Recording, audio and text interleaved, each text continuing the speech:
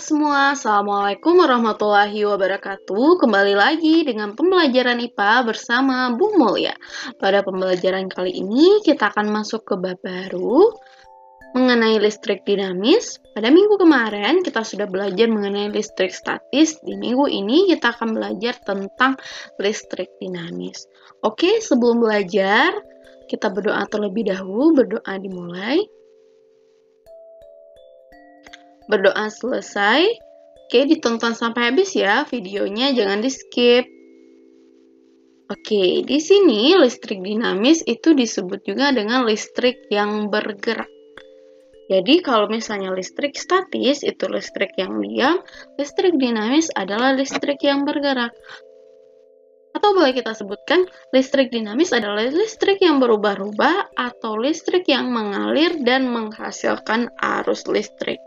Jadi kalau misalnya kita lihat di gambar di sini, dia ada mengalir. Kan sebenarnya listriknya terdapat pada stop kontak ini. Tetapi nanti ketika dialirkan, dia akan mengalir dari penghantarnya. Misalnya di sini ada kabel atau kawat, itu menuju lampu sehingga menghasilkan listrik pada lampu tersebut. Contohnya lain seperti ini.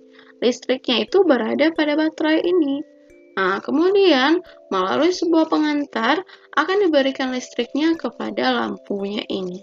Jadi nanti ini ada saklarnya yang bisa ditutup dan dibuka seperti itu. Jadi kalau kita mengingat kembali pada pelajaran sebelumnya tentang listrik statis itu adalah listrik yang diam dianya. Oke. Pada listrik dinamis ini, kita akan mempelajari tentang yang pertama, yaitu arus listrik. Yang kedua, kita akan belajar tentang hantaran listrik. Oke, kita bahas dulu yang pertama, yaitu arus listrik. Arus listrik itu apa? Misalnya seperti ini, kalau di gambar dilihat, di sini Ibu punya sebuah baterai, kemudian ada kawat penghantar atau misalnya boleh kabel, dan di sini ada lampu. Ketika nanti dialirkan sesuatu, dia akan bisa menghidupkan lampunya ini. Jadi kalau kita lihat, arus listrik itu adalah banyaknya muatan listrik yang bergerak setiap waktu pada setiap pengantar. Jadi muatannya itu berapa yang bergerak pada penghantar ini per setiap waktunya. Kalau misalnya kita ingat lagi pembelajaran kita minggu kemarin, muatan ini apa lambangnya? Muatan ada kan? Muatan ini adalah lambangnya Q. Sedangkan waktu itu bisa anak-anak belajar di kelas 8 itu lambangnya adalah T. Jadi kalau di sini untuk arus listrik ini kalau kita jadikan rumus jadinya seperti ini. Arus itu dilambangkan dengan huruf I besar. Jadi banyaknya arus yang mengalir pada suatu kawat pengantar itu adalah sama dengan banyaknya muatan yang bergerak per nanti waktunya. Selanjutnya di sini I itu adalah arus listrik, satuannya adalah ampere, Q itu adalah muatan, yaitu satuannya adalah coulomb, dan T itu adalah waktu, satuan internasionalnya detik. Jadi di sini semua satuannya itu yang diambil adalah satuan internasional. Walaupun waktu itu satuannya ada menit, seperti itu jam, tetapi satuan internasional waktu itu adalah detik. Makanya yang diambil adalah detik nih. Selanjutnya di sini, ini kita bisa mencari dengan segitiga. Nanti ini kuat arusnya di bawah, ini T-nya juga di bawah dan muatannya di atas. Jadi seperti di gambar ini. Sama ya. Kalau misalnya mencari I, ini sama dengan Q per T. Tapi kalau misalnya mencari Q, ya tinggal kita kalikan aja di bawahnya. I dikali T. Oke, atau misalnya mencari T, berarti Q per I. Seperti itu ya. Q per I. Nah, kemudian ditanyakan kemanakah arah arus listriknya. Untuk arah arus listrik, ini di sini. Nah, yang pertama sebelum arah arus, kita harus melihat arah dari ini. Yang E ini apa? Ini adalah elektron. Elektron ini dia bergerak nanti dari negatif menuju positif. Jadi kalau kita lihat, arah elektron mengalir dari potensial rendah atau yang negatif menuju potensial tinggi atau yang positifnya. Selanjutnya, untuk arah dari arus listrik bisa dilihat seperti ini. Jadi arahnya itu, ini untuk yang garis warna merah, ini adalah current. Jadi bahasa Inggris dari arus. Sedangkan garis yang biru itu adalah arah dari elektronnya. Jadi kita lihat dia ada perbedaan, currentnya menghadap ke sini, sedangkan untuk arah dari elektronnya itu menghadap ke sini. Jadi dia ada perbedaan arahnya. Untuk arah dari elektronnya kalau digambar ini bisa lebih terlihat. Ini bagian kutub dari baterai, yang bagian atasnya ini adalah bagian positif ya anak-anak. Sedangkan bagian yang ini, bagian yang di bawah baterai itu adalah bagian negatifnya. Untuk arah aliran elektron, dia mengalir nih dari yang negatif, negatif, dia akan menuju ke yang positif. Sedangkan untuk arah arus dia kebalikan. Dia dari yang positifnya dulu, dari atas positif, dia akan menuju nanti ke yang negatif. Untuk arah arus listrik itu kebalikan dari arah aliran elektron.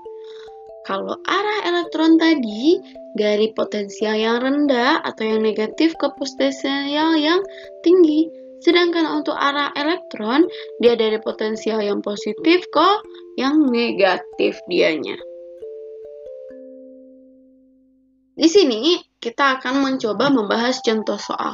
Yang pertama yaitu muatan listrik sebanyak 30 coulomb mengalir melalui kawat penghantar dalam waktu setengah menit. Tentukan kuat arus listrik yang mengalir. Jadi di sini ingat kembali kalau I itu adalah arus listrik, Q adalah muatan, dan T adalah coulomb. Jadi di sini yang diketahui ada muatan. Berarti muatannya ini adalah Q. Sedangkan nanti ada waktu, ini adalah T. Yang ditanyakan adalah yang I. Di sini diketahui Q-nya adalah 30 coulomb. Jadi lambangnya seperti ini. C besar, kemudian untuk nanti waktunya ada setengah menit. Tetapi boleh nggak dalam menit? Untuk waktunya, satuan standar internasionalnya itu adalah detik. Jadi nanti setengah menit dijadikan detik itu adalah 30 detik atau 30 second. Kalau disingkat ya. Selanjutnya, kita ditanyanya adalah I-nya. Nah, I-nya berapa? I-nya ini rumusnya apa tadi? I sama dengan Q per T. Kita punya Q dan T. Kita tinggal masukkan saja. Oke. I-nya sama dengan tadi berapa? Q-nya berapa? 30 coulomb. Sedangkan ini per T. T-nya ada 30 detik. Nah, ini tinggal kita coret. Sama-sama kita coret karena sama-sama ya. Atau berbeda pun kalau sama-sama ada pembagi yang bisa kita bagi sama juga bisa. 30 ini dibagi 30 sama. Jadi ini hasilnya 1, ini 1. 1 per 1 itu adalah 1. Jadi satuannya C per S itu jadinya ampere jadinya. Oke, kita masuk soal yang kedua. Untuk soal yang kedua, suatu karet penghantar dialiri arus listrik 40 ampere selama 2 second. Tentukan banyaknya muatan yang mengalir nih. Nah, kalau yang ini, yang diketahuinya itu ada arus listriknya. Nah, 40 ampere katanya. Dan nanti itu waktunya 2 second. Yang ditanya muatannya berapa? Nah, kita buat diketahui. I-nya sama dengan 40 ampere, T-nya sama dengan 2 second. Kemudian ditanyanya Q. Gimana rumusnya tadi? Rumusnya sebenarnya sama, tapi ini tinggal kita balik aja. Pakai yang segitiga aja nih tadi. Ya, kalau I sama tadi Q per T. Kalau Q sama dengan I dikali T. Jadi I dikali T itu berapa? Nih, Q-nya sama dengan I-nya 40 ampere. 40 A ya, disingkat ampernya jadi A, dikali 2 second, ini singkatnya 2S. Ya, ini jadinya 80. Untuk satuannya jadinya kolom. Selanjutnya kita akan bahas mengenai hantaran listrik. Untuk hantaran listrik, sering kita mendengar bahwa listrik dapat mengalir pada kabel. Pernyataan bahwa listrik yang mengalir sebenarnya berkaitan dengan muatan listrik yang berpindah nih. Sebab perpindahan elektron pada bahan akan menghasilkan arus listrik yang arahnya berlawanan dengan arah perpindahan elektron tersebut. Ini seperti arah yang kita bahas tadi. Sering kita melihat orang menggunakan kabel untuk menghantarkan listrik dari suatu ujung kabel ke ujung lain. Di sini kita akan membahas sifat-sifat bahan dalam menghantarkan arus listrik. Yang pertama ada yang namanya konduktor listrik. Konduktor listrik ini adalah bahan-bahan yang sangat baik untuk menghantarkan listrik. Hal ini terjadi karena elektron sangat mudah bergerak dalam bahan konduktor listrik. Jadi, hal ini dipengaruhi oleh elektron yang mudah atau susah nggak dia bergerak. Contoh konduktor listrik itu seperti tembaga, perak, emas, dan lain-lain. Nah, yang paling baik itu adalah perak dan emas. Tetapi, meskipun perak dan emas adalah konduktor listrik yang sangat baik, tetapi karena harganya sangat mahal, kabel rumah tangga biasanya terbuat dari bahan tembaga. Jadi nanti kalau misalnya emas nih yang menjadi kabel, mudah juga dicuri oleh orang ya. Ini contohnya bahannya bisa aluminium, timah, tembaga, baja, emas, perak, dan lain-lain. Ini adalah contoh konduktor listrik. Namanya isolator listrik.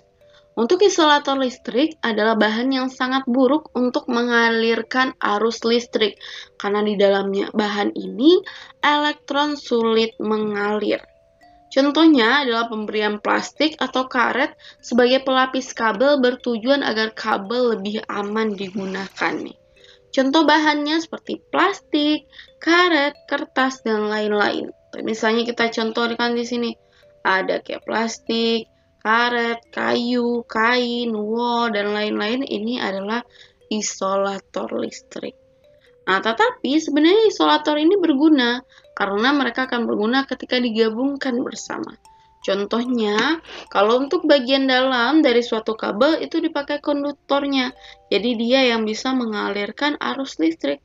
Dan bagian luar dipakai yang bagian isolatornya supaya kita tidak terkena dari listriknya. Supaya menjaga keamanannya. Seperti itu. Selanjutnya ada yang ketiga, bahan semikonduktor listrik. Apa maksudnya?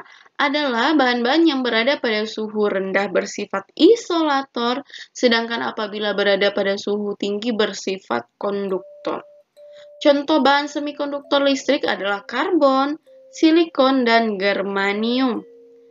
Nah, ini contoh-contoh bahannya tersebut yang nanti kalau dibuat untuk perangkat contohnya seperti ini. Nah, ini bisa bagian dalam HP atau elektronik. Ini nanti pada bidang elektronika, bahan semikonduktor digunakan untuk transistor. Contohnya yang seperti ini. Jadi nanti pada suhu tinggi dia bisa menghasilkan mengalirkan listriknya. Dan pada suhu rendah dia tidak bisa mengalirkan listriknya. Seperti itu. Jadi nanti bisa diatur dengan suhunya. Jadi tidak selalu mengalirkan listrik dia. Oke anak-anak, Ibu tutup pembelajaran kita hari ini. Assalamualaikum warahmatullahi wabarakatuh.